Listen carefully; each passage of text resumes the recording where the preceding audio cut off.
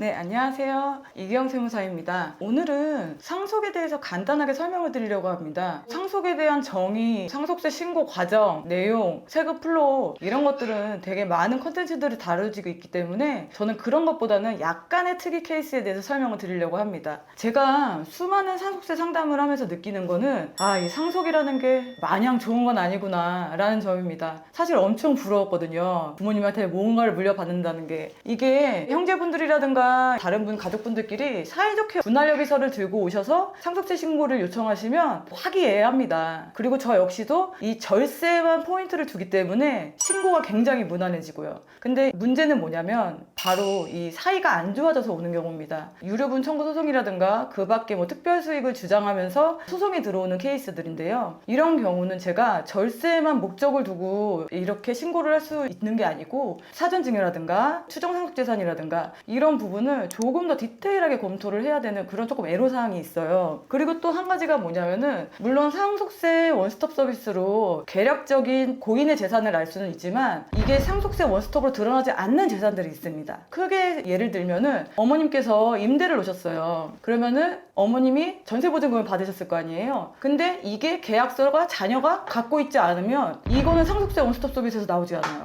나올 수가 없습니다. 그러면은 사이가 안 좋거나 이런 경우에 한쪽만 알게 되는 경우가 있거든요. 그러면은 저희는 그거를 누락을 하게 되는 거예요. 그러면 당연히 상속세는 더 많이 나오겠죠. 또 반대의 케이스는 더 큰일이에요. 어머님이 이상하게 나 그냥 시골에서 뭐 일주일에 한 번씩 갈 만한 그런 하우스를 하나 임차하고 싶어 하면서 전세보증금을 딱 하고 내놓은 거예요. 그러면 당연히 전입신고 안 돼 있죠. 그리고 자녀분들한테 뭐 딱 얘기 안 했죠. 계약서 없죠? 그러면 이거는 상속 재산이란 말이죠. 근데 포착이 안 되는 거예요. 그러면 얘는 또 나중에 누락이 돼서 가산세와 함께 또 세금 폭탄을 맞는 경우가 있습니다. 그래서 이제 그런 경우를 저희가 되게 많은 설명을 드려요. 물론 저는 세무사기 때문에 이런 애로사항들을 다 해결해 드릴 수는 없어요. 하지만 내가 이런 경험이 있는데 이런 적도 있더라. 이런 게 있더라. 그러니까 다시 한번 협의를 해봐라. 아니면 좀 재산에 대해서 한 번 더 검토를 해봐라. 요 정도의 이야기를 좀 나눠드릴 수가 있고요. 그리고 또 하나가 이제 유류분 청구 소송 같은 경우는 거의 대부분 감정평가를 이렇게 받는다고 알고 있어요. 근데 그걸 잘 모르는 거죠. 상대방이 유류분 청구 소송을 해서 감정평가를 받았는데 한쪽에서는 생각을 못하고 기준시가로 들어가 버리는 거예요. 그러면은 나중에 또 당연히 상속재산이 어마어마하게 늘어나거든요. 그러면 거기다 상속세에 대한 부담이 또 엄청 커지는 거죠.